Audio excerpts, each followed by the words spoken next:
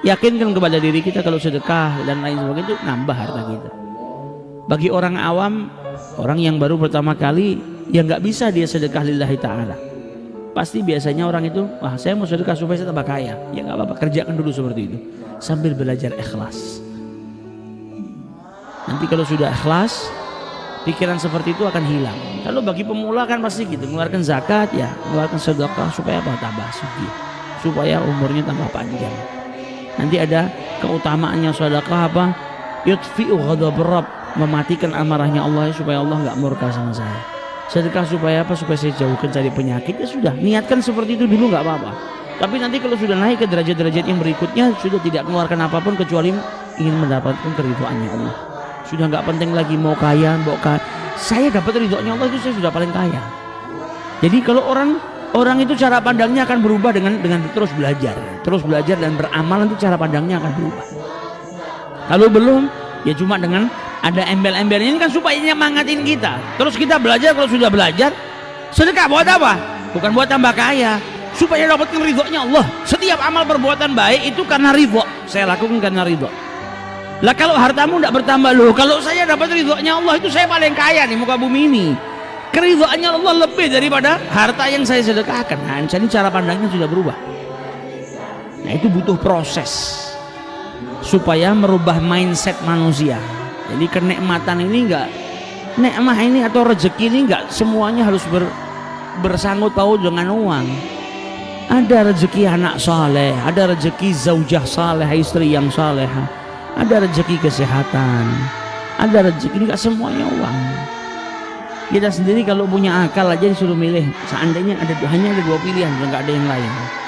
Kau hari ini dapat 2 miliar tapi setruk seumur hidup, atau nggak dapat 2 miliar tapi sehat walafiat, sudah milih mana? Masih milih sehat kan, karena sehat lebih mahal daripada 2 miliar. Nah tujuannya kita mikirkan seperti itu apa? Supaya kita nyadari kalau rezeki itu banyak. Rezeki itu bukan hanya yang bersangkut paut dengan uang. Ketika engkau dikasih 2 miliar setruk, selesai sudah. Apa manfaatnya punya 2 miliar? Tapi ketika kau tidak dikasih uang sebanyak itu, tapi kau sehat, dengan kesehatanmu kau bisa dapatkan 2 miliar. Jadi ada orang yang berbuat sesuatu karena kowe kok masya Allah tuh orang tahu ninggal ke sholat duha ben aku sugih karena. Jadi duhanya karena apa? Itu nggak apa-apa, itu pertama kok. Tapi nanti dia akan belajar. Kenapa kamu sholat duha? Untuk mendapatkan keridhaannya Allah. Karena ini sunnahnya Nabi Muhammad SAW. Saya ngerjakan apa yang dicintai sama Nabi. Saya ngerjakan apa yang dilakukan sama Nabi. Bagi saya yang mengaku cinta kepada Rasulullah, saya harus cinta dengan apa yang dilakukan sama beliau. Nah ini sudah mindsetnya.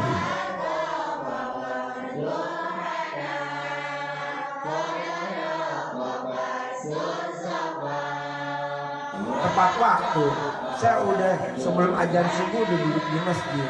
Saya udah ini. Nah ini berlaku buat semuanya. Jangan perhitungan dulu ke Allah, tapi itu jalanin aja dengan konsisten. Nah kebanyakan teman-teman itu nggak konsisten, tapi komitmen. Kedua, kita harus yang namanya ada proses. Nah kita kebanyakan protes. Kan gue udah sedekah sedompet kok belum? Gak bisa, ulangi lagi gitu. Hari ini ulangi lagi, tapi kan gue udah gak punya uang.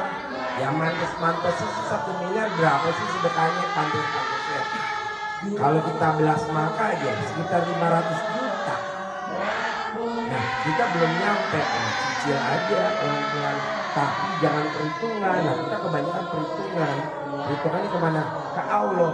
Allah kan saya udah kok belum kelihatan. Kata Allah terus aja. Udah terus. Gitu Bu. Gak apa-apa, ulangin aja. Ulangi lagi. Kalau memang belum kelihatan ekstrim, Ibu ulangi lagi. Ulangi lagi. Kayak anak kecil aja jatuh. Kamu saya jatuh lagi. Jadi jangan berhenti. Ibu sedekah 2 juta belum terkabul terus Ibu berhenti. Jangan.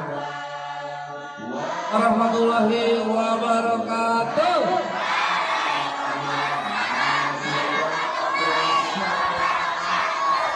Hamdan wa syukrulillah, bersyukur kepada Allah Subhanahu wa taala.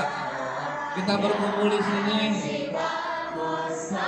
untuk dan atas nama kita berdoakan tamu-tamu rumah doa anak yatim dimanapun mereka berada. Saya yakin masing-masingnya memiliki hajat dan keinginan.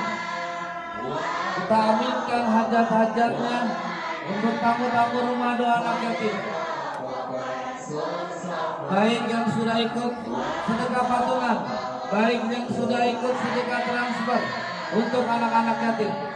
Yakin dan niscaya apa-apa yang menjadi hajatnya, apa-apa yang menjadi keinginannya, wasilah aminnya anak yatim, segala hajat dan keinginannya.